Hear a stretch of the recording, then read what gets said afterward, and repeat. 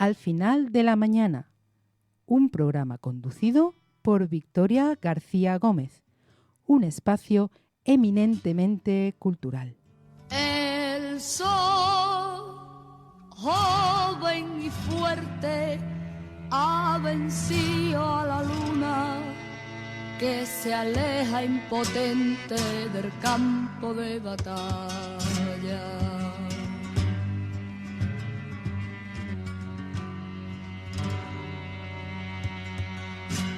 La luz vence tinieblas por campiña. Bueno, buenas tardes, bienvenidos un día más al final de la mañana. Muchas gracias por escucharnos, como siempre. Hoy tenemos a un invitado muy especial, Rafael Asencio, que está aquí con nosotros, que ha tenido a bien aceptar esta propuesta, que esperemos que se lo pase bien en el programa de hoy, por supuesto. Y para quienes no le conozcan, vamos a leer un poco de su biografía, aunque dudo que no le conozcáis, porque ya hemos estado hablando antes y yo creo que está en absolutamente todas las cosas que se hacen en esta ciudad de Córdoba. Bueno, nacido en Córdoba en 1969, licenciado en Derecho por la Universidad de Córdoba y técnico superior en Prevención de Riesgos Laborales, con 3 especialidades: Seguridad en el Trabajo, Higiene Industrial y Ergonomía y Psicosociología, estudios de tercer ciclo, doctorado en Derecho y Suficiencia Investigadora concedida por la Universidad de Córdoba, alumno del programa de doctorado en Historia y Arte en la Universidad de Granada.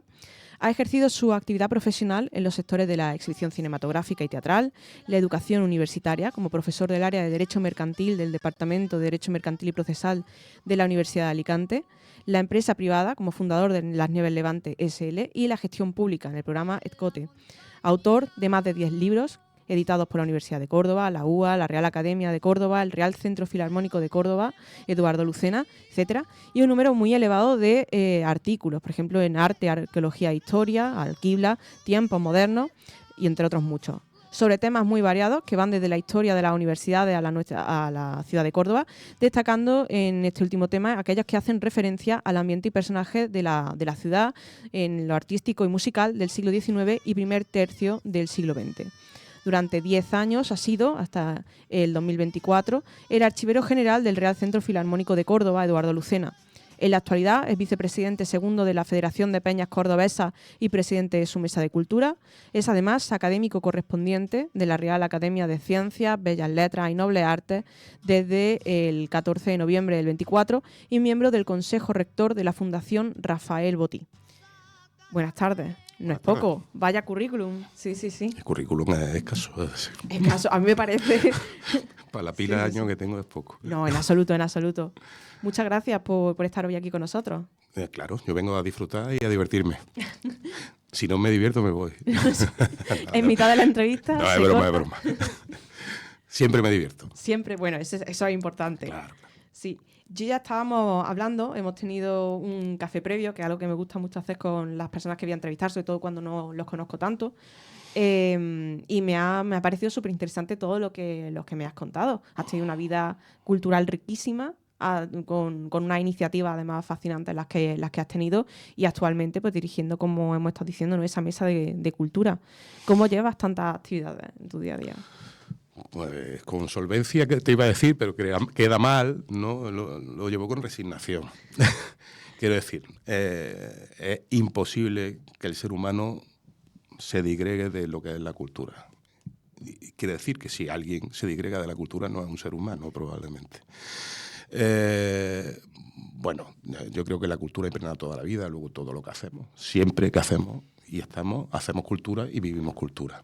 Y la cultura va desde lo más elitista a lo menos elitista, pasando por lo social.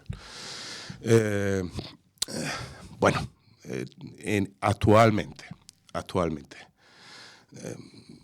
en lo que se refiere a la Mesa de Cultura de la Federación de Peñas Cordobesas, yo creo que probablemente todo lo bueno que se hace depende de la gente que está en la Mesa de Cultura, menos yo. Son Alejandro López Andrada, Manuel Gaete, Fabián Cámara, Santiago Otero y Luis Ortiz. De hecho, ayer tuvimos una jornada cultural en la que se rindió homenaje a Pablo García Baena en el 8º aniversario de su fallecimiento, ¿no?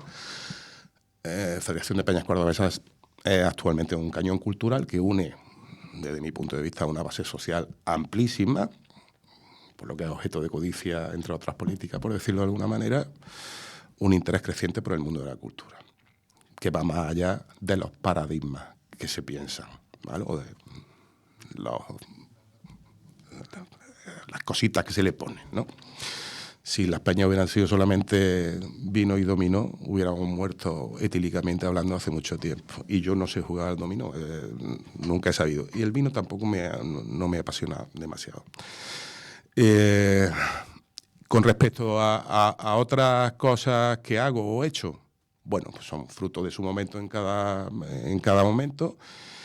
Probablemente de una ambición por cultivar la amistad más que la cultura, aunque generalmente han venido unidas, una serie de gente que hemos tenido intereses musicales o culturales juntos y probablemente por eso hemos sido amigos, ¿no? No te puedo decir mucho más. La última aventura, que es la Real Academia, pues yo creo que he entrado por abrasión. Había participado ya 3 veces en la Real Academia. Bueno, yo estoy orgullosísimo de que la Real Academia haya pensado que yo soy una persona interesante para integrar su cuerpo académico, ¿no? Y me parece estupendo, ¿no? La Academia es una entidad de 1810, es una cosa, vamos, es un buque insignia de la cultura cordobesa. Poco más te puedo decir. Y lo de la Fundación Botí, pues bueno, pues nada, pues estoy ahí en el Consejo Rector porque decidieron que yo era válido para estar en el Consejo Rector y decidir algunas cosas en torno a la Fundación de Artes Plásticas Rafael Botí. Pero seguramente estarán equivocados que lo decidan. No, en absoluto. Sí. Bueno. Y entre todas estas actividades, de pronto aparece también la labor de investigación. ¿Cómo llega esta labor? ¿En qué te centras? La labor de investigación nació por curiosidad innata. Yo creo que quien investiga para ganar dinero está equivocado. Y si no está equivocado, ya se lo digo yo. Es lo mismo que hace un tiempo se decía que la mejor salida para un músico era Portbou, que es la frontera francesa. Pues el de la investigación ni siquiera ha tenido Portbou nunca. Simplemente lo hace porque te gusta. Porque eres curioso. Bueno, está bien. El que quiera hacer vida académica o ascender a la universidad, lógicamente tiene que investigar y tiene que hacer una tesis doctoral. Y, bueno, que ya nadie hace lo anterior, no todo el mundo hace la tesis directamente. Y cada vez son más reducidas y de peor calidad, desde mi punto de vista. Pero yo lo hice por curiosidad. A mí me interesaba mucho la música de mi ciudad, que viene a ser porque somos como somos y quiénes somos, quiénes somos, de dónde venimos y a dónde vamos, que se dice, ¿no? Y investigué por esas circunstancias, ¿no? Y bueno, yo he estado en muchas aventuras plurales, por decirlo de alguna manera, y en todas he querido saber cuál era su origen, por qué habían funcionado como habían funcionado, cómo se había desarrollado su historia, cómo se había desarrollado y por qué se había llegado a donde se había llegado, simplemente. Y entonces hay un momento en el que te centras en la ciudad de Córdoba, en esta investigación también. No, me centré desde el principio. Sí. La primera investigación que yo hice ya estaba centrada en Córdoba y que luego extendía a la provincia, porque la extendí a la provincia. Pero a mí Córdoba me interesaba mucho. Me interesaba porque una ciudad que había sido el faro de Occidente llegó a ser, no sé, la escombrera de Occidente en el siglo XIX prácticamente, ¿no? Y porque se da un resurgir, o al menos un resurgir para los propios cordobeses. Y porque somos como somos ahora, ¿no? Que parece que somos, todo lo de fuera es bueno y lo de dentro no lo es tanto, ¿no? Cuando desde fuera se envidia mucho de las cosas que aquí tenemos, ¿no? Aquí tenemos excelentes músicos, excelentes escritores, en poesía, nada más que pasando por mi querido amigo Alejandro López Andrade, pues está Manolo Gaete, porque te voy a contar, ¿no? Tenemos de todo y bueno, flamenco en lo que sea, tenemos de todo y bueno, pero somos como somos. Yo creo que Córdoba es un poco a veces una ciudad acomplejada sin motivos. Es una mala madre. Sí, un poco, porque o nosotros unos malos hijos, porque a veces miramos las cosas desde un punto de vista como muy negativo, ¿no? Como cuando se habla de que en Córdoba nunca hay nada cultural, en Córdoba nunca se hace nada, y es como, bueno, perdona, yo creo que semanalmente no me da tiempo a ir a todas las cosas que hay en la ciudad, que puede ser a veces también un problema de cómo enfocamos la publicidad de los actos. Sí, la oferta cultural es buena y la información a lo mejor no es tan buena o no lo sé. Pero también somos de esa manera. Mira, el otro día realicé mi discurso de presentación en la Real Academia, cosa que tú sabes perfectamente. Pues conmigo la realizó una persona que era de Porcuna y cuando hacen su presentación, que la hizo Diego Medina, que por cierto me dio clase a mí de Filosofía del Derecho, pues dijo una cosa que yo me quedé un poco sorprendido, que es que este hombre tenía una calle en su pueblo, en Porcuna. Yo solo recuerdo en Córdoba una persona que se le haya puesto una calle estando vivo, que fue el poeta Juan Berneas, que se le puso una plaza y se murió a los 10 días. Pero aquí a personajes tan importantes como puede ser Eduardo Lucena, el que inaugura lo que hoy se llama música popular cordobesa, ¿no? Se dice que fue el primer músico que crea ese género sin quererlo, porque su música trasluce el alma misma de la ciudad de Córdoba. Vale. Pues Eduardo Lucena muere en 1893 y no se le pone calle hasta 20 años después de muerto, y a iniciativa de un plumilla, de un periodista que era gaditano, no de nadie de Córdoba, ¿vale? Actualmente tiene estatua, tiene calle, en fin, ¿no? Somos así. Somos así, tenemos un sentimiento de una minusvalía en ese sentido. Sí, que nos sentimos de comparativa. Menos. Sí. Comparativa. Y luego, ¿cómo llegas, por ejemplo, al Centro Filarmónico? Bueno, al Centro Filarmónico, era lógico que llegara, ¿no? Yo había realizado muchas investigaciones sobre música popular cordobesa, que dice por ahí que yo sé de ese tema, equivocadamente. Y mi padre había sido miembro del Centro Filarmónico y había sido directivo del Centro Filarmónico. Mi padre fue alguien muy conocido en la ciudad de Córdoba, ¿vale? Junto a la dirección del Gran Teatro. Antes de eso había sido jefe de programación de la empresa Sánchez Rabade, cine y teatro. Probablemente fue el responsable de que llegaran a Córdoba compañías y artistas que de no ser por él no hubieran venido, porque el teatro ahora es muy distinto de cuando vivía mi padre, ¿no? Entonces, aquí paro gente porque mi padre tenía relación con ciertos artistas o con la gente que los llevaba, ¿no? Por amistad, ¿no? Y por eso, y se fiaban de cara a la solvencia al pago, porque se comprometía personalmente, aunque él no fuera el empresario. Entonces yo, en un momento dado, el Centro Filarmónico cumplía un aniversario, ¿vale? Y yo estaba en un grupo, fue bastante conocido en aquel momento, Medicinantes, era un grupo que yo era el presidente y llevaba la dirección Nacho Lozano, aunque componíamos él y yo y hacíamos ahora él y yo los dos, especialmente Nacho Lozano es el director del coro gospel hoy en día.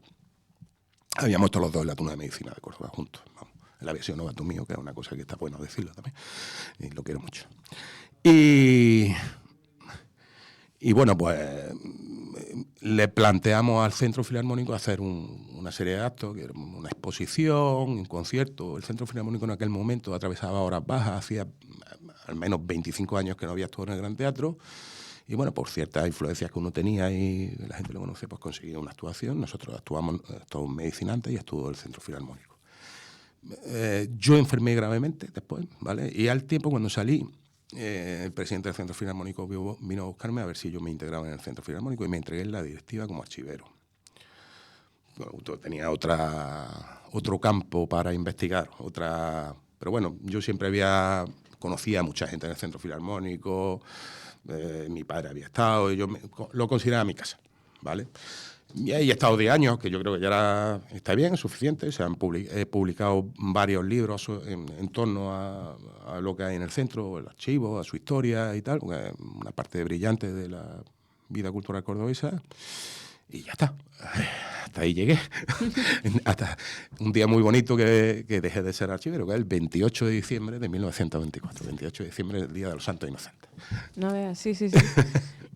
Pero bueno, sigo considerándolo mi casa, ¿eh? No fue por nada. No, simplemente sí. Yo pensaba que yo ya había agotado y que bueno, debía entrar gente. Sí, que hay veces que las cosas se terminan y ya está. No hay más tutía. Exactamente. Y te quería preguntar, ¿está viva la música popular cordobesa? Sí, está viva. Está viva, de hecho se componen cosas. ¿Vale? Es que el problema que tiene la música popular cordobesa, que por cierto es un género que cumple este año 150 años, te dije el otro día, pero vamos, te puedo hacer la argumentación, se hace rápido. Se dice que la música popular cordobesa nace con Eduardo Lucena, ¿vale? Eduardo Lucena, su primera obra conocida es una jota, que se llama Jota Olé, que la hizo famosa la estudiantina española que va a París, lo publica Zozaya, que era el impresor del Teatro Real, y esa obra tiene muchísimas ediciones, está grabado por la Guardia Republicana Francesa en Francia, o sea que en discos paté, o sea que fue un cañonazo. Hoy se conoce más de Eduardo Lucena La Pavana, pero cuando Eduardo Lucena se muere y se le quiere emparejar con una obra, era el famoso autor de La Jota Olé. Bueno, La Jota Olé, que de 1878, con ese nombre, había sido estrenado en 1876 por una estudiantina que la había sacado. La estudiantina era el tipo de agrupación más famosa que había en el carnaval, y de hecho era el más famoso en el carnaval de Córdoba, donde no había comparsa. Bueno, la comparsa no se había creado en aquel momento todavía. Aquí se le llamaba murgas, ¿no? Pero el tipo de agrupación estrella era la estudiantina. De hecho, Córdoba exportaba estudiantina. ¿Vale? Ya en el siglo XIX, nada más pasar el último cuarto del siglo, había habido un grupo en Madrid, ¿no? Era una comparsa que a veces vestía de estudiantes, a veces era comparsa de estudiantes, estudiantinas, que se llamaba El hambre en 20 tomos, en 30 tomos, en 40 tomos, ¿vale? Y que en Madrid fue con el nombre de Los Hambrientos, ¿vale? Bueno, pues en 1876 él saca una estudiantina que se llama Amor y Desinterés. Y para él compone esta jota, que se llama Jota Olé, porque el estribillo acaba en un olé, se llama Jota de los Remendados. ¿Por qué? Porque la letra empezaba: aunque pobres remendados sin más luz que la del sol, no te pedimos dinero, te pedimos niña, amor, que los estudiantes, aunque remendados, son finos amantes desinteresados. Y por el tesoro que se encierra en ti, dirá yo más oro que da el Potosí. Qué memoria, ¿eh? Sí. Pues sí, no me lo he estudiado. Ya te lo digo yo, que es que me sale... Vale, se llama Amor y Desinterés, que era el nombre. Y bueno, pues si la primera obra de Eduardo Lucena conocida de 1876, digamos que el inicio de la música popular cordobesa, si sumas, se cumplen 150 años. Ha habido autores que han sido la banda sonora de Córdoba, que Ramón Medina ha sido la banda sonora de Córdoba, y todavía se oye Cordobesita, Camino del Santuario, Senata la Mezquita. Hay una serie de obras que son himnos de esta ciudad, y yo no dudo que si esta ciudad fuera Sevilla y tuviera esa obra, todavía se oiría mucho más, ¿no? El problema está en que lírica popular cordobesa es un concepto demasiado amplio. Cuando nace como eso, es una definición. Si tú vas, por ejemplo, al Museo Julio Romero de Torres, hay una placa que dice: aquí vivió Julio Romero de Torres, que es un pintor que con su obra supo traslucir Córdoba, ¿no? Pues lo mismo, se usa ese mismo concepto. Parece que eso nos ha gustado a nosotros, y se dice que la música popular cordobesa es toda aquella que trasluce, que refleja el alma misma de la ciudad de Córdoba.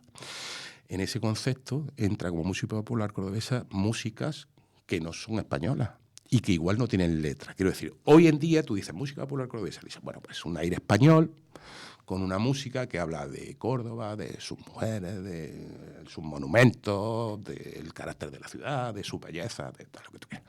Pero en el momento, ¿no? La Pavana, que es una de las obras clásicas de la música popular cordobesa, es un aire francés, o la mazurca de Córdoba es una mazurca, y ninguna de las dos tiene letra. O sea que el concepto ha ido variando a lo largo del tiempo, ¿vale? Entonces, La Pavana, que es de 1882, es música popular cordobesa, y soy cordobés, ¿vale? Pues, que a un paso doble y que habla de Córdoba, pues es música popular cordobesa.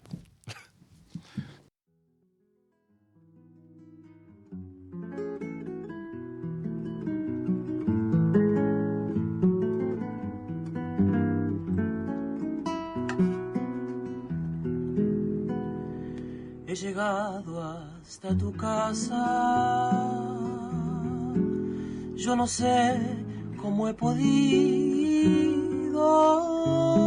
y si me han dicho que no estás, que ya nunca volverás, si me han dicho que te has ido, cuánta nieve hay en mi alma, qué silencio hay en tu puerta.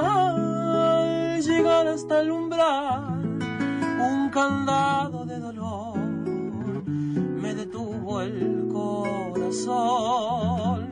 Nada queda en tu casa natal, solo telarañas que tejen yuyal, y el rosal tampoco existe, y es seguro que se ha muerto el irte tú. Todo es una cruz, nada más que tristeza y quietud. Nadie que me diga si vives aún, dónde estás.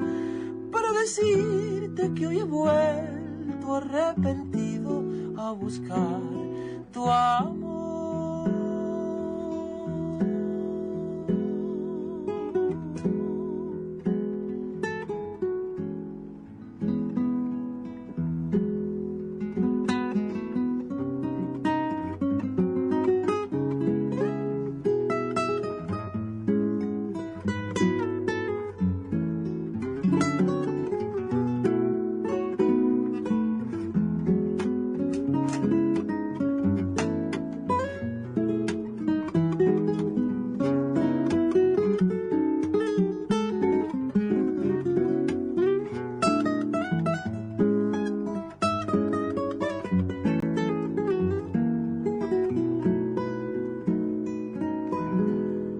Ya me alejo de tu casa y me voy, yo ni sé dónde, y sin querer te digo adiós, y hasta el eco de tu voz de la nada me responde la cruz de tu candado.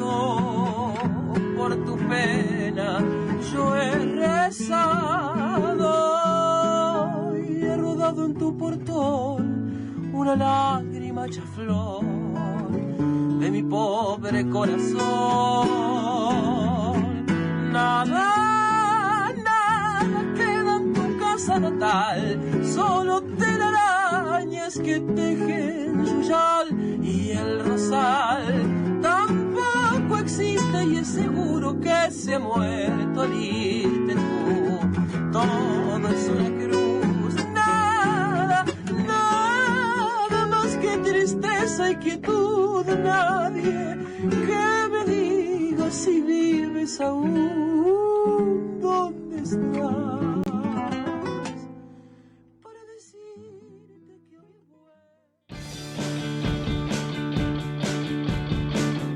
¿Quieres contribuir a crear una sociedad en la que quepamos todas, todos, todes, en igualdad, sin ningún tipo de discriminación y sin privilegios a las confesiones religiosas?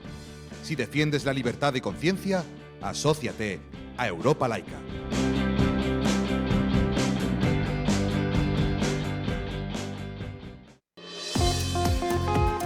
Hoy seguimos sonriendo juntos. En Clínica Romero Cantalejo mantenemos la misma filosofía de siempre, ahora con un equipo renovado. Gracias por tantos años de confianza. Clínica Romero Cantalejo, tu salud dental en las mejores manos. Nos encontrará en Avenida República Argentina 12, teléfono y WhatsApp 676-235-117. 676-235-117.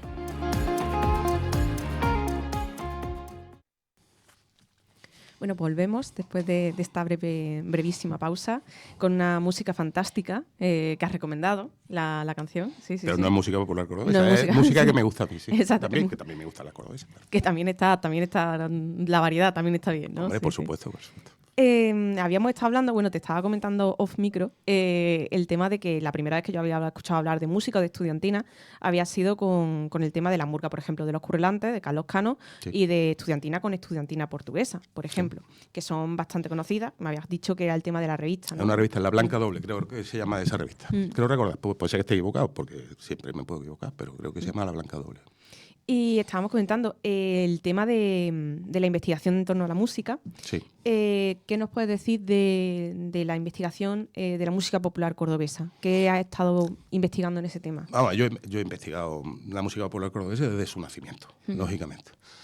Pero es verdad que no es un campo que haya sido muy tratado. No hay un gran manual de música popular cordobesa, porque en música popular cordobesa puedes investigar muchas cosas, puedes investigar de los autores de la música popular cordobesa. Aquí somos muy cerriles para ciertas cosas, investigamos a 3 autores, ¿no? Siempre se investiga Eduardo Lucero, Martínez Ruca y Ramón Medina, ¿vale? Hay muchísimos más autores, yo podría nombrar aquí un montón, lógicamente.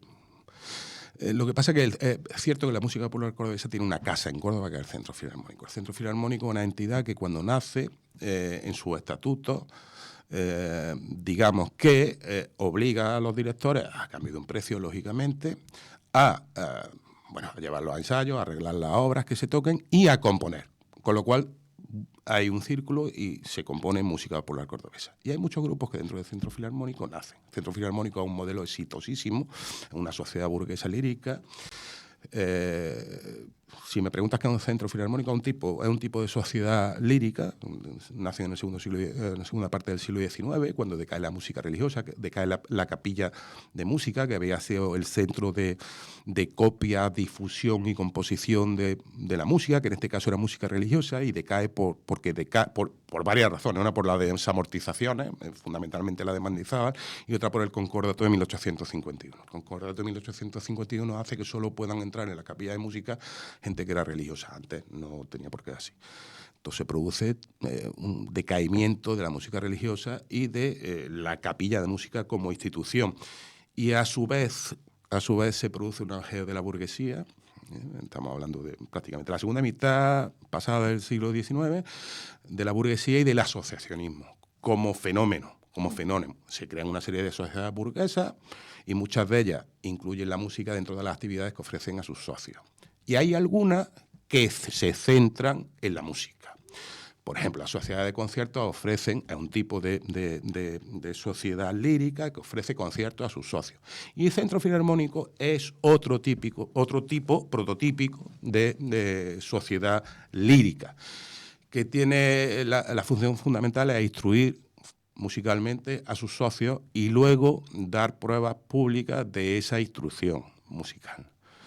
El de Córdoba, aquí había habido un intento en 1865, pero el de Córdoba se crea por Eduardo Lucena, que es la figura importantísima, porque de hecho fue el gran dinamizador de la vida musical y cultural de Córdoba del último cuarto del siglo XIX. Se crea el 1 de abril de 1879. Siempre se pone que es 1878, pero no es cierto. En 1878 muere la mujer de Eduardo Lucena. Eduardo Lucena tenía intención de crear un coro, con una idea de alguien que había venido anteriormente aquí, que eran los hermanos Reparaz, uno de los hermanos, quería crear una sociedad coral. Bueno, en ese sentido se hace una tertulia de amigos, pero Eduardo se va, porque se ajusta con una compañía de zarzuela y se va a girar por Andalucía, ¿no? Como concertino de violín. Y cuando vuelve, pues ya se organiza el Centro Filarmónico, que se inscribe en el gobierno civil en 1879, 1 de abril de 1879. Se organiza en torno a secciones. La primera sección, la sección instrumental o de serenatas, que se estrena el 11 de agosto de 1879 en una serenata, tiene dos serenatas, una al padre de Eduardo Lucena, pero la primera es a la profesora Josefa Mora y Vergel, que esta es una cosa muy divertida. Yo hice una biografía de esta mujer, esta fue una contralto lírica de zarzuela y ópera, era cordobesa, era una de las grandes divas de su época, hoy no la conoce ni Christophe, nadie. Y luego pues se muere el marido, regresa aquí a Córdoba y él se encarga de la educación musical de las mujeres, que como tú bien sabes, en ese momento era una educación de adorno. O sea, las mujeres, digamos que para adornarse estudiaban música, pero no para ejercerla profesionalmente, generalmente. Esa serenata es aquí al lado. Fue el día 11 de agosto de 1879. Hay fotos de ese día, se hicieron una foto, y es el edificio que hay justo al lado del Círculo de la Amistad, tirando para la Academia. Justo que se llama Edificio Liceo. Pues ahí, si te retrotraes casi 150 años, estaré oyendo esa. La segunda sección que se crea es el coro, la sección coral, que se inaugura en un concierto en el Gran Teatro, que tiene lugar en diciembre de 1879, exactamente el 17 de diciembre, que lo organiza la sección de damas de la Sociedad Económica Cordobesa de Amigos del País, que es donde nació la Real Academia, por cierto. De la Sociedad Económica. La tercera es la sección de comparsa. Esta se inaugura, solo salieron 3 veces, Carnaval del 80 y del 81 y San Pedro, Mascarada de San Pedro del 80. El primer año salieron disfrazados de mujeres. Tú imagínate lo que tuvo que ser que en 1880 salieran vestidos de mujeres. Eso fue un escándalo, lógicamente. Ten en cuenta cómo hay que retrotraerse a esos tiempos. La sección que tuvo más éxito es la sección de estudiantina. Bueno, salió 82, 83, 84, enero del 85 y el 86. Y luego hubo una sección lírica donde estaban los poetas más importantes del momento, yo qué sé, Belmonte Müller, yo qué sé, que hay un montón de Valdelomar y Fábregas, estamos hablando de los grandes poetas cordobeses de ese momento. que bueno, esa duró desde diciembre del 84 a diciembre del 86. Organizaban secciones líricas donde se leía poesía y se alternaba con música. O sea que eso es un centro filarmónico que la gente no lo tiene muy claro, ¿no? De ahí nació una sociedad que es, digamos, una supervivencia de la sección de estudiantina del Centro Filarmónico, unida a una comparsa muy famosa que había en Córdoba, que se llamaba La Raspa, a Rafael Viva. Nace también en el 87 y a un centro filarmónico que se llama la Estudiantina de la Tuna Cordobesa. Tiene 2 secciones, bueno, 3 secciones, instrumental, vocal y una sección dramática. Hacían pequeñas obras de teatro. Esa duró hasta 1902, y la única diferencia que existe es que en todas sus actuaciones usan las ropillas estudiantinas, ¿vale? Y de ahí, en 1902 deciden disolverse y refundar el Centro Filarmónico, que dura hasta hoy. Como es que ha cambiado en algún año, como te he contado antes de tiempo, porque en la República los de Real Centro Filarmónico pues se quitaron en Real y pasaron a ser el Centro Filarmónico. Pero bueno, y cortaron en el sello, la palabra Real la cortaron. Y esa es la Casa de la Música Popular Cordobesa. Es una empresa, por decirlo de alguna manera, no es una empresa económica, es una empresa que tiene muchísimo éxito, porque hacen, pues por varias razones, porque tiene una masa social tremenda, porque hacen giras de propaganda artística, la llamaban ellos, a sitios impensables a principios del siglo. Imagínate lo que es ir a 1914 a Londres y actuar durante 3 meses en Londres, o a ir al Carnaval de Madrid en 1904 y en 1909 y ganar el concurso de estudiantina del Carnaval de Madrid, o Cádiz 26, 27, bueno, muchísimo. En 1911 ganan el concurso de estudiantina del Carnaval de Sevilla. En 1904 también tocan en el Palacio de Carlos V en Granada. Son cosas tremendas, ¿no? Y eso hace que se creen muchísimos centros filarmónicos en toda la provincia, ¿no? Hasta 1914 se crean 21, de los que puedes controlar, porque ten en cuenta que esas poblaciones no tenían periódico propio. El periódico propio, que generalmente era un semanario, estaba en las poblaciones grandes, en Cabra, Lucena, Puente Genil. Y el diario Córdoba suele tratar o suele hablar de las poblaciones grandes, no de Valsequillo, habla de Cabra, ¿vale? Entonces puede ser que hubiera muchas más, ¿no?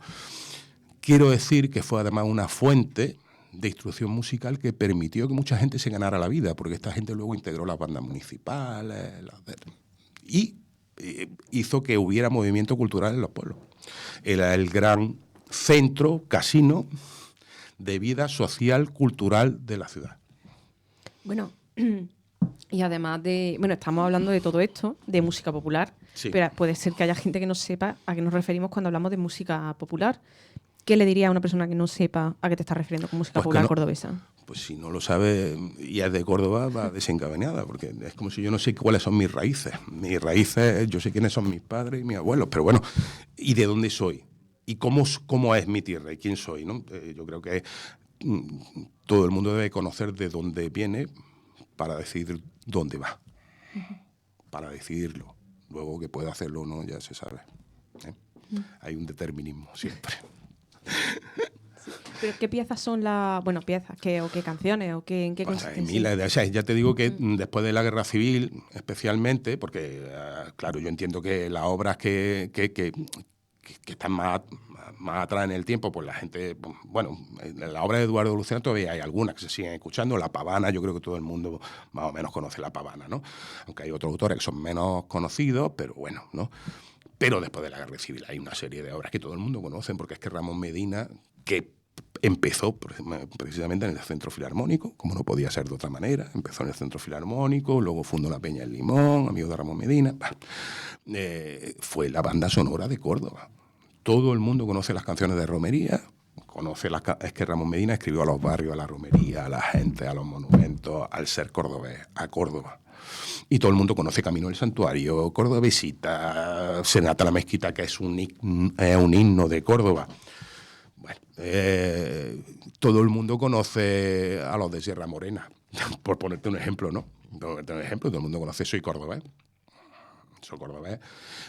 Se compone en el año... Es que, bueno, aquí hay una historia rara.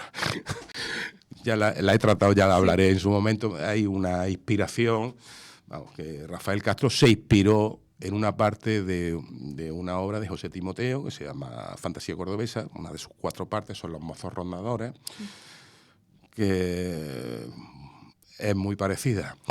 De hecho, Rafael había participado en el estreno de esa obra de Timoteo como solista, además. Había varios solistas y él era uno de ellos, ¿no? Rafael Castro, he dicho Rafael Romero, que es el actual director artístico del Centro Filarmónico, Rafael Castro.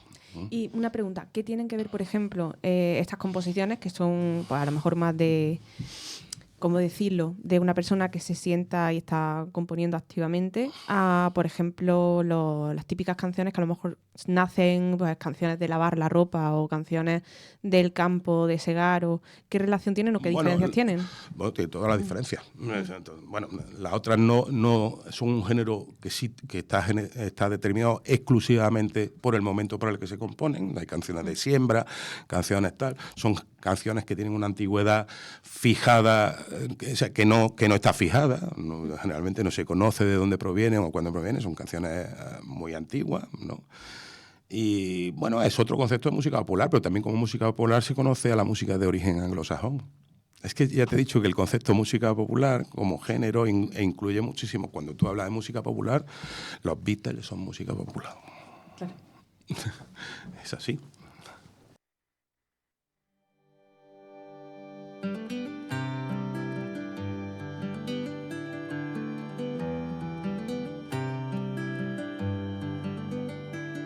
La danza de las horas por el mar navegará, acercándome tus melodías.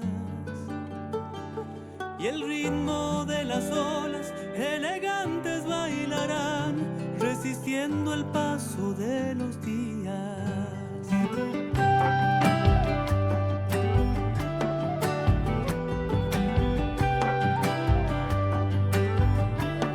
La noche en tu camino de coral vigilará, recostándose por tu cintura.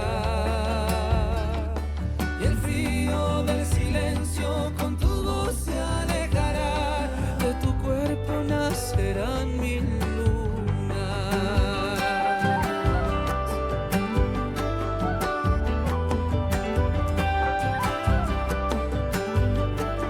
Tallando por tus venas llegará el amanecer, yo te iré esperando, compañera. Iremos a la ruta desandando nuestra sed, derrochando vida en mil poemas. Ojalá la voz del viento se entrevere con el mar, ojalá te traigan a mi tierra, que yo sueño noche y día con poderte acariciar. Bella sombra, flor de luz eterna.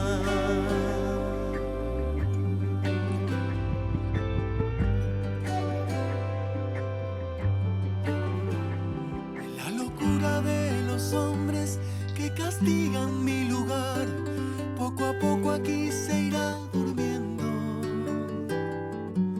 Tu voz como una lanza que transpira libertad, cantará esperanzas por mi pueblo.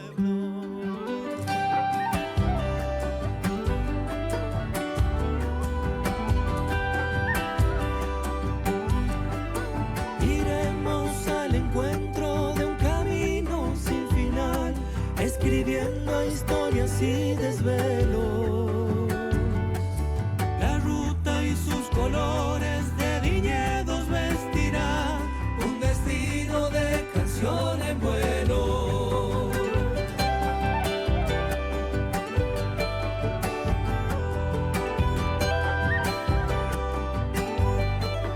Ya puedo palpitar el día que llegues hasta aquí, ya imagino fuerte los abrazos, siguiendo nuestra estrella viviremos hasta el fin, compañera eterna de mis manos. Ojalá la voz del viento se entrevere con el mar, ojalá te traigan a mi tierra,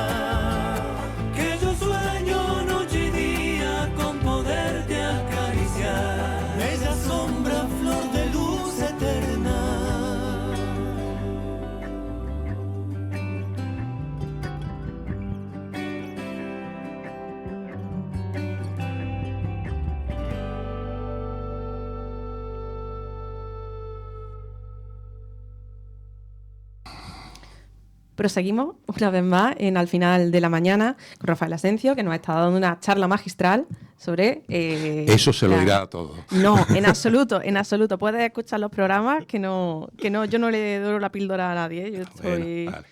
Soy muy consecuente con mis palabras. Y si lo digo en alguna ocasión, o si lo he dicho mucho, es porque traigo Era a gente... mentira, solamente. No, Vale. traigo a gente, yo sé traer a gente que hombre, Sí, quiero decirte, seguro. ya que tengo un programa para difundir la cultura, qué mejor que hacerlo bien o dentro de mis posibilidades, no aportar mi granito de arena. Claro que sí. Un tema del que hablo mucho con la gente a la que traigo, y hoy no lo he sacado, lo voy a sacar, el tema del ciudadano. Yo estoy muy a favor de qué es para cada persona que viene aquí al programa, que es ser un buen ciudadano para esa persona. En concreto, que es ser un buen ciudadano desde el punto de vista cultural. Sí. ¿Qué es para ti? Estar dispuesto siempre a hacer algo en pro de la cultura. Ya está, he contestado. Es fácil, ¿verdad? Es fácil. Siempre que tengas posibilidades, lógicamente. Si lo que se te pide no lo puedes dar, pues lo más honrado es decir, yo ahí no llego. Pero conozco quién llega. Sí, y te digo quién llega, ¿no? Sí, bueno, yo creo que... Te voy a repetir, yo creo que hay conceptos equivocados de la cultura. Yo creo que la cultura es todo aquello que nos rodea y nos incumbe, con lo cual viene a ser todo. O sea, me refiero a la historia de las alcantarillas de Córdoba, que las pisamos todos los días y no la vemos, es cultura. Y la historia del aire que respiramos, de que cada vez esté más polucionado o menos, que también es cultura. Todo. Y para mí, inclusive, de hecho, esto es una rama que en connivencia con mi querido Juan Serrano Muñoz, el presidente de la Federación de Peñas de Córdoba, que hemos iniciado desde la Mesa de Cultura, para nosotros lo social es cultura. Ahí hemos tratado con una asociación de drogodependientes, o ahora con gente con capacidades diversas, ¿no? Y le ofrecemos información a nuestros... el punto violeta, por ejemplo, es cultura para nosotros. Bueno, temas sociales son culturas también. Bueno, a lo mejor yo tengo un concepto muy abierto de lo que es la cultura, ¿no? Yo creo que también es muy correcto. Es decir, yo estoy muy a favor de lo que estás comentando. Para mí es como, ¿qué es el arte, no? Pues como, Claro. ¿no? Arte es todo lo que los hombres digan que es arte, o todo lo que el ser humano diga que es arte. Y aprender a manejarte por la vida es cultura. Exactamente. Por Sí, lo sí. tanto, puede ser que tú tengas un problema de drogodependencia tú, o lo tengan tu hijo, o lo tenga alguien. Pues si tú sabes cómo enfocar ese tema, porque te han hablado sobre él, o a dónde puedes acudir o no, pues cuentas con una base cultural importante para enfrentarte a ese tema, ¿no? Yo creo que el tejido de una ciudad al final lo hacen este tipo de asociaciones, este tipo de situaciones, de movimientos culturales o de personas que se dedican a la cultura, Sí. porque al final sin eso pues no somos Claro, nada. obviamente no habría cultura en Córdoba si solamente dependiéramos de cultura del ayuntamiento y cultura de la Diputación, por decir de algo, o de la Junta de Andalucía. Y que conste que los tres que hay ahí son grandes amigos míos, ¿vale? Gabriel Duque, Eduardo Lucena, Isabel Albá, ¿no? Juan Moreno Calderón, tal, son grandes amigos. Yo creo que la base importante cultural de la ciudad la hacen instituciones que son de esta ciudad y que no son organismos públicos. Yo qué sé, Federación de Peñas, Real Academia de Córdoba, Fundación Antonio Gala. Así que se me ocurren ahora. Sí, o Paradigma asocia- Radio. Paradigma, exactamente, Radio. sí. Vale. Asociaciones de jóvenes, por ejemplo. Claro, ¿verdad? por supuesto, Sí. por supuesto. Que eso está muy bien. Colectivos, por ejemplo, hace mucho llevamos aquí al programa al colectivo Verbena, ¿no? Que son los que están haciendo ahora recitales de poesía en la Juan 23. Claro. O un grupo de muchachos que también traje aquí, que están haciendo temas de música techno, más de fiestas de rave y tal. Entonces yo creo que al final los ciudadanos somos pues los que tenemos que mantener viva una ciudad, porque si no las ciudades se mueren. Claro. Y Córdoba un poco... Bueno, Córdoba somos como somos. El tema es que cultura es incluso lo que no te gusta. Sí. Por ejemplo, a mí la música techno no me gusta, pero entiendo que es una forma de expresión cultural. Simplemente a mí no me va, punto. Pues que para eso también está la cultura, para elegir. Para elegir, Sí, claro. exactamente. Para que te dé posibilidades de elección. Sí, sin posibilidad de elección no existe la libertad, en absoluto. Efectivamente, Sí. efectivamente. Ni las inquietudes, ¿no? Que a veces Claro. algo te puede despertar una inquietud. Por ejemplo, a lo mejor hay personas que no sabían lo que era la música popular y ahora de pronto se aficionan y dicen, Claro. wow, ¿esto qué es? No lo conocía. No lo conocía. Mira, yo he dado 2 temas de música que además son argentinos, que no lo habíais oído, y a mí me parece una música preciosa. Cuando me ha dicho, dame 3 temas, pues te doy una música por los cordobesa, por aquello de que estábamos hablando, pero luego te doy 2 temas de los que me gustan a mí. Y uno es un tango argentino, bueno, y otro es un grupo así medio modernillo, que se llama Aire, que con Rally Barrio Nuevo también, cantando con ellos, me parecen unos grupos que hacen una música que va al corazón, que es directa al corazón. Simplemente. O sea, que si no la conoces... A mí hay gente que me descubre cosas todos los días. Algunas las voy, me gustan y sigo, y otras pues no. Ya está, pero tengo posibilidades. Claro, ¿no? ¿qué seríamos sin las novedades, no? Claro, claro. No hay que cerrarse en banda para nada. Claro. Yo creo que ahí mi generación se distingue mucho incluso de la generación anterior. La generación anterior sí era muy cerrada culturalmente. En el sentido, por ejemplo, a mi padre le encantaba la ópera y la zarzuela y no lo sacarás de la ópera y la zarzuela. Que si le gustaba la copla, que algo un poquito más moderno, bueno, entre comillas, por ejemplo, ya le parecía, no sé, no voy a decir lo prohibido, pero ya le parecía, ¿sabes lo que te digo? Nosotros hemos estado abiertos a una serie de cosas tremendas, ¿no?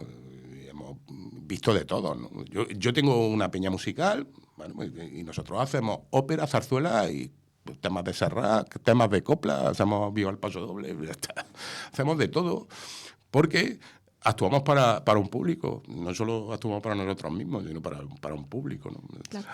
Entonces hacemos lo que sabemos. Claro, tú vas a tocar a un sitio, a una peña, pues voy a hacer cosas que sí que le van a gustar. Claro. Y al tema de la estudiantina, de las tunas, ¿cómo llegas también a esa historia, a tocarlo, a investigarlo?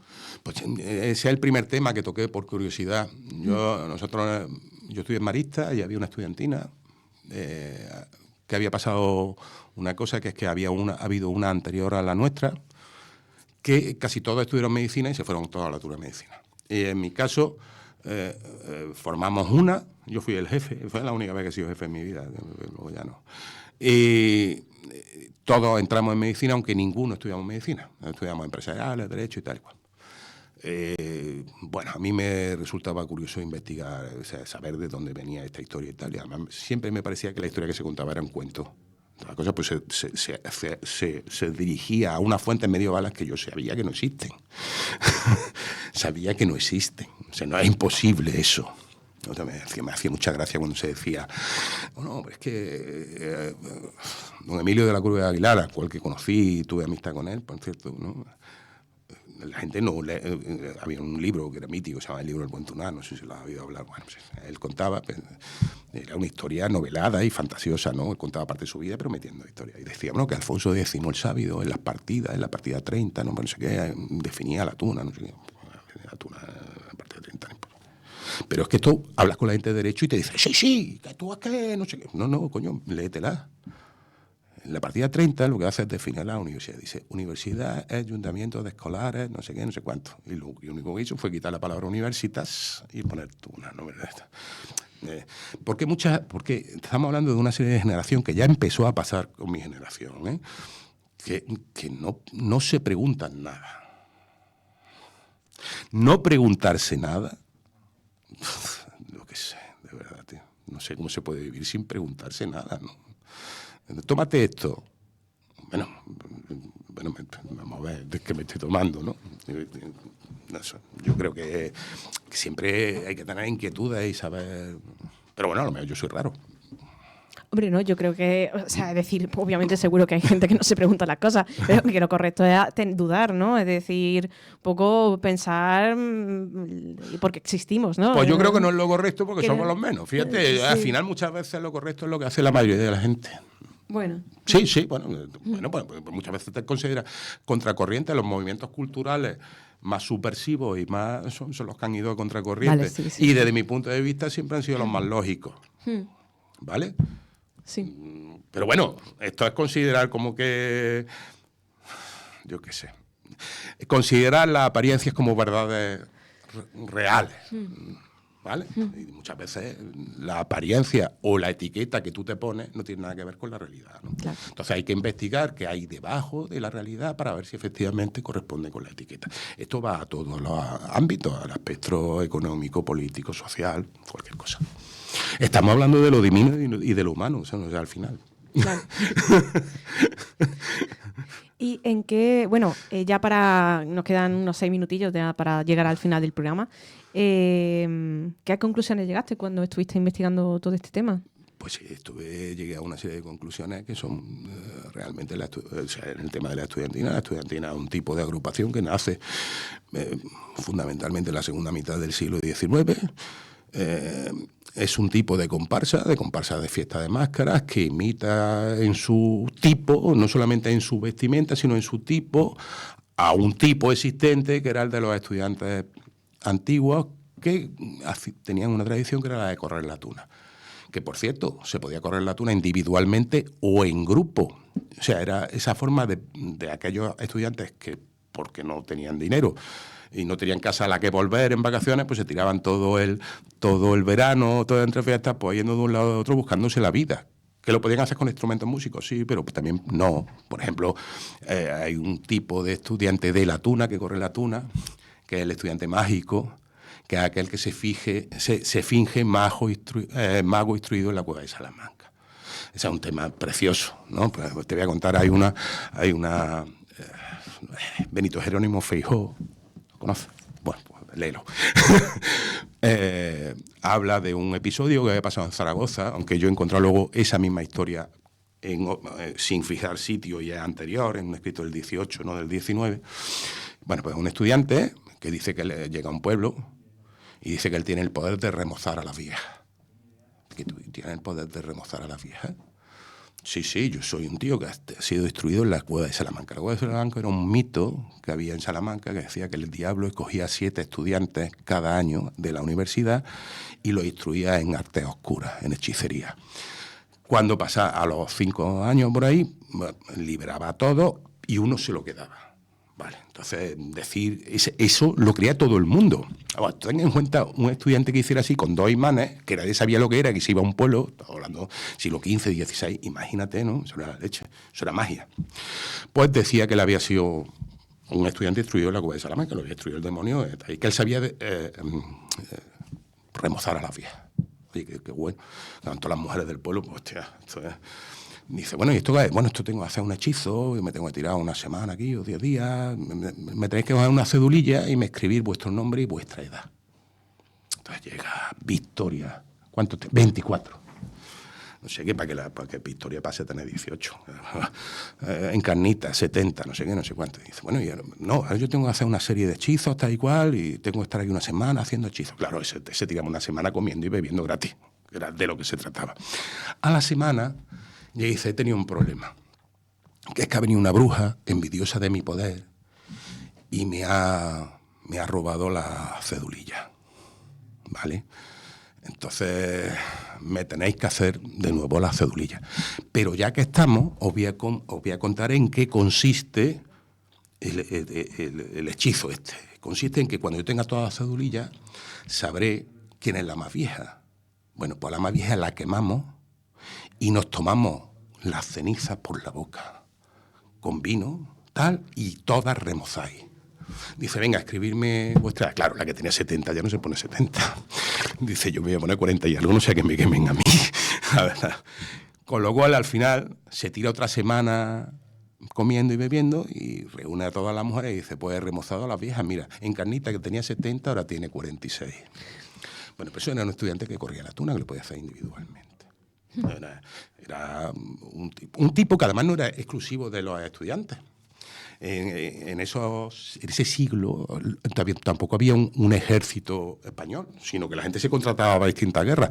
Y los soldados, la gente que se dedicaba a ir a las distintas guerras, durante entreguerras, pues se tenían que buscar la vida. Eso se llamaba andar a la pecorea. Entre los militares. No había un ejército regular. De hecho, hay un entremés que se llama El estudiante y el soldado, de un auto de Calderón, que es de 1600 y pico, 72, puede ser 1672, que se llama ¿Quién hallará mujer fuerte? Te estoy dando muchos datos. Sí, estoy... Ya que no íbamos a hablar de este tema. Sí. Y bueno, ya para terminar, prácticamente, te quería preguntar qué planes tienes en el futuro. Seguir viviendo y escribiendo de lo que en cada momento me apetezca. Que está muy bien. Que no de lo que me obliguen a escribir. La libertad para elegir. Por supuesto. Porque yo lo hago por diversión. Así que... Eso es fantástico. Entonces, sí. Bueno, pues nada, yo te quería dar las gracias por haber acudido a mi programa. Espero que vuelvas porque yo me he quedado con muchas dudas. Bueno. Tengo aquí preguntas, porque yo te había planificado 30 preguntas, Claro. que de hecho creo que como 4 o 5 de las que tenía pensado y las demás han surgido, que a mí me gusta mucho esto de improvisar las preguntas. La verdad, esto me alegra mucho no tener que tirar de las preguntas preparadas porque a veces es un poco rollo y me gusta que haya surgido esta conversación tan fascinante. Espero que a la gente le haya quedado claro en qué consiste la música popular, qué es la estudiantina, cómo surge este movimiento de la tuna, qué ha pasado con la ciudad de Córdoba, qué es ser un buen ciudadano cultural en la ciudad. Dios mío. No, hombre, no. ¿Y de dónde venimos a dónde vamos? Exactamente, de dónde venimos a dónde vamos. Pues con todo esto, darle las gracias también a los oyentes, una tarde más, que nos hayan escuchado aquí en Al Final de la Mañana en Paradigma Radio, la 90.2 de esta ciudad de Córdoba. Así que nada, muchísimas gracias por venir hoy. A ti, Victoria.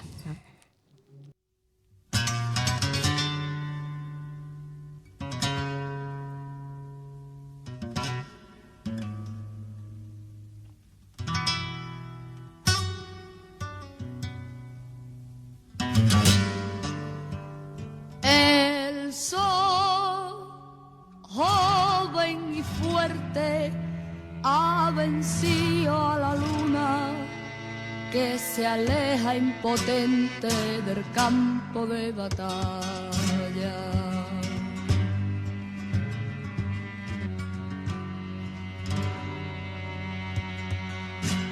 La luz vence tinieblas por campiñas lejanas. El aire huele a pan nuevo, el pueblo se despereza, ha llegado la mañana.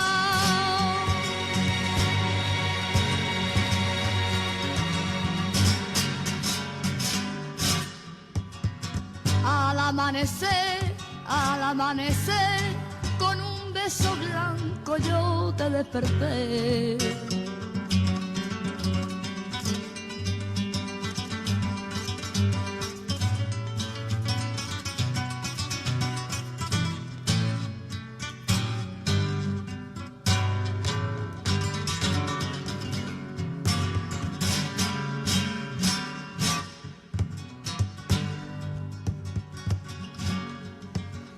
La noche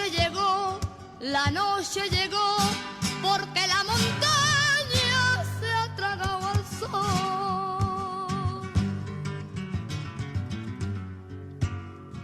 Y en la montaña